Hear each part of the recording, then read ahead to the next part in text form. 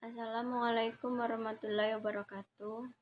Pertama-tama saya ucapkan terima kasih kepada Ibu Pramita Yuli sebagai dosen pembimbing PKL dan Ibu Indrawati Kurniastiani sebagai dosen pembimbing lahan. Saya Dewi Ratnasari akan mempresentasikan hasil praktek kerja lapangan kami kelompok 5 di usaha Jamu Gendong Cengin. Kelompok 5 disusun oleh Asfiatun Haniah, Dewi Ratnasari, Erlina Fira Ainita Putri, Savana Rahayu, dan Herlina Susilawati. Sejarah usaha Jamu Gendong Cengin. Usaha Jamu Gendong Cengin didirikan pertama kali di Yogyakarta pada tahun 2016 dipimpin langsung oleh pemilik usaha Jamu Gendong yaitu Ibu Indrawati Kurniastiani. Latar belakang didirikan usaha Jamu Gendong Cengin adalah pada saat pemilik usaha tersebut setelah melahirkan sangat sulit menemukan penjual jamu yang higienis dan bermutu, serta adanya tingginya permintaan pasar yang menjadikan peluang untuk Ibu Indrawati mendirikan usaha jamu gendong. Kemudian perizinan. Berdasarkan Permenkes RI nomor 6 tahun 2012 tentang industri dan usaha obat tradisional, usaha obat tradisional diantaranya yaitu UKOT, UMOT, usaha jamu rajangan, dan usaha jamu gendong. Untuk usaha kecil obat tradisional dan usaha mikro obat tradisional wajib memiliki izin dari Menteri, dikecualikan untuk usaha jamu rajangan dan usaha jamu gendong. Jamu yang diproduksi di usaha Jamu Gendong Cengin diantaranya yaitu jamu segar, serbuk instan, dan sirup. Untuk jamu segar diantaranya yaitu jamu beras kencur, jamu kunyit asam, jamu temulawak, jamu uyup-uyup, jamu empon-empon, jamu sehat pria, dan jamu sehat wanita.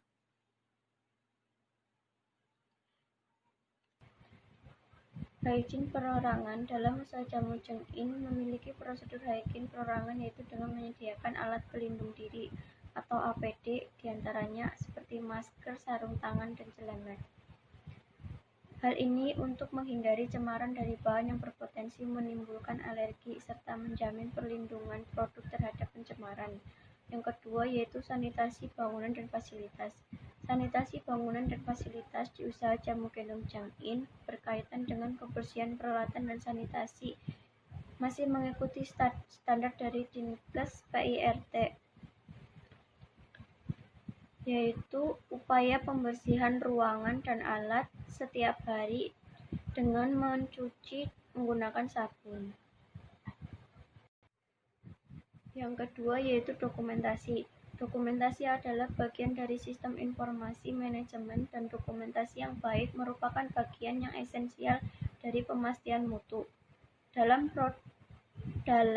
produksi Jamu Gendong Cengin, dokumentasi selain berupa foto-foto juga berupa catatan prosedur tetap, spesifikasi bahan baku, bahan kemas, dan produk jadi, formulir, catatan pengolahan dan pengemasan batch. Untuk CPOTB tahap 2 yaitu Produksi bahan baku di Jamu Gendong Cengin akan dibuat sediaan meliputi jamu segar, jamu serbuk instan, dan sirup. Untuk pembuatan jamu segar yaitu mencuci bahan baku sampai bersih, kemudian ditimbang, selanjutnya dihaluskan. Setelah halus, bahan baku direbus dengan api sedang sambil diaduk-aduk sampai mendidih. Setelah mendidih, kemudian didinginkan dan disaring, kemudian dimasukkan dalam wadah dan disimpan di dalam lemari pendingin. Yang kedua, pertama-tama yang dapat dilakukan yaitu dengan merendam bahan baku untuk dibersihkan. Setelah dibersihkan, lalu bahan baku tersebut ditiriskan. Selanjutnya, bahan baku kemudian digiling, kemudian dipanaskan dengan api kecil dengan penambahan beberapa bahan tambahan sambil diaduk-aduk sampai membentuk kristal. Setelah menjadi kristal, untuk memperindah kemudian ditumbuk dan diayak. Kemudian dimasukkan dalam wadah pengemasan, diberi label dan tanggal kadaluarsa. Kemudian wadah dipres. Selanjutnya yaitu proses pembuatan sirup. Pada saat pembuatan sirup, yang pertama yaitu mempersiapkan bahan baku. Bahan baku kemudian dipilih dan disortir. Untuk bahan baku yang memenuhi persyaratan diabsorpsi, kemudian direndam dan dicuci. Setelah bersih, bahan baku dikupas dan digiling. Pada saat proses penggilingan, ditambahkan air sebanyak 500 ml dan diperas dengan kasar rapat. Masukkan air perasan tambahan baku ke dalam panci sampai mendidih, kemudian ditambahkan gula pasir sebanyak 500 gram. Dan aduk sampai larut. Setelah sirup matang, didinginkan terlebih dahulu, kemudian disaring dan dimasukkan ke dalam botol. Selanjutnya beri etiket dan pelabelan. Pengawasan mutu adalah bagian dari CPOTP yang berhubungan dengan pengambilan sampel, spesifikasi, dan pengujian, dengan tujuan bahwa produk yang diterima di pasaran dan beredar di pasaran telah memenuhi syarat pelulusan dari pengawasan mutu.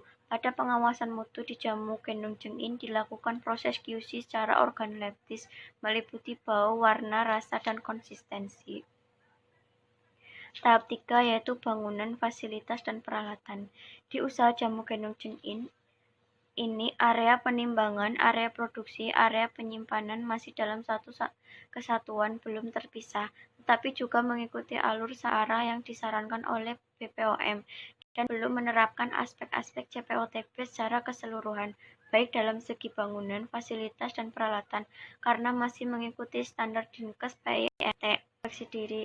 Tujuan inspeksi diri adalah untuk mengevaluasi apakah semua aspek produksi dan pengawasan mutu industri obat tradisional memenuhi ketentuan cara pembuatan obat tradisional yang baik.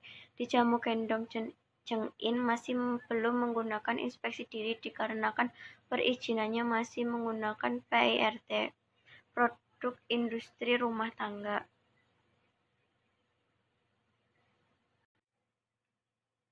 Penanganan keluhan terhadap produk, penarikan kembali produk jadi, produk kembalian.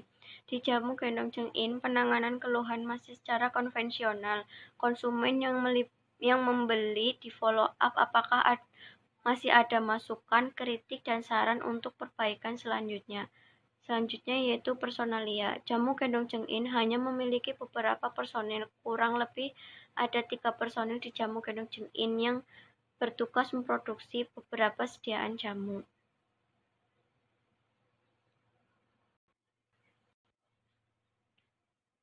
Pembuatan analisis berdasarkan kontrak. Di jamu gendong jengin belum dilakukan kontrak. Saat ini yang sedang penjajakan yaitu bekerjasama dengan UNS membuat produk minuman instan baru dalam tahap scale up atau uji coba skala industri. Kegiatan distribusi dan pemasaran. Distribusi. Kegiatan pendistribusian produk dari jamu gendong jengin menggunakan armada dari pihak jamu gendong jengin itu sendiri dengan Gojek dan dengan reseller. Pemasarannya yaitu meliputi reseller, aplikasi GoFood, pelatihan, mengikuti event-event, dan inovasi dan promosi. Kesimpulan dan saran. Kesimpulan yang pertama yaitu usaha jamu gendong merupakan usaha kecil obat tradisional perseorangan yang tidak wajib memiliki izin dari menteri. Yang kedua, usaha jamu gendong jengin adalah salah satu jenis usaha jamu yang produksi jamu dalam bentuk segar, jamu instan, dan sirup. Saran, mengembangkan varian jamu agar lebih menarik pembeli. Berikut lampiran dari beberapa contoh produk sediaan dari jamu gendong jengin.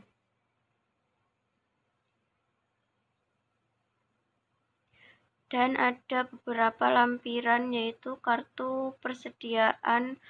kartu persediaan bahan kemas, kartu persediaan bahan baku, dan kartu persediaan produk jadi. Dan ini ada beberapa daftar harga dari sediaan jamu yang diproduksi di jamu gendong jengin. Terima kasih. Demikian presentasi dari saya. Apabila banyak kesalahan, mohon maaf. Wassalamualaikum warahmatullahi wabarakatuh.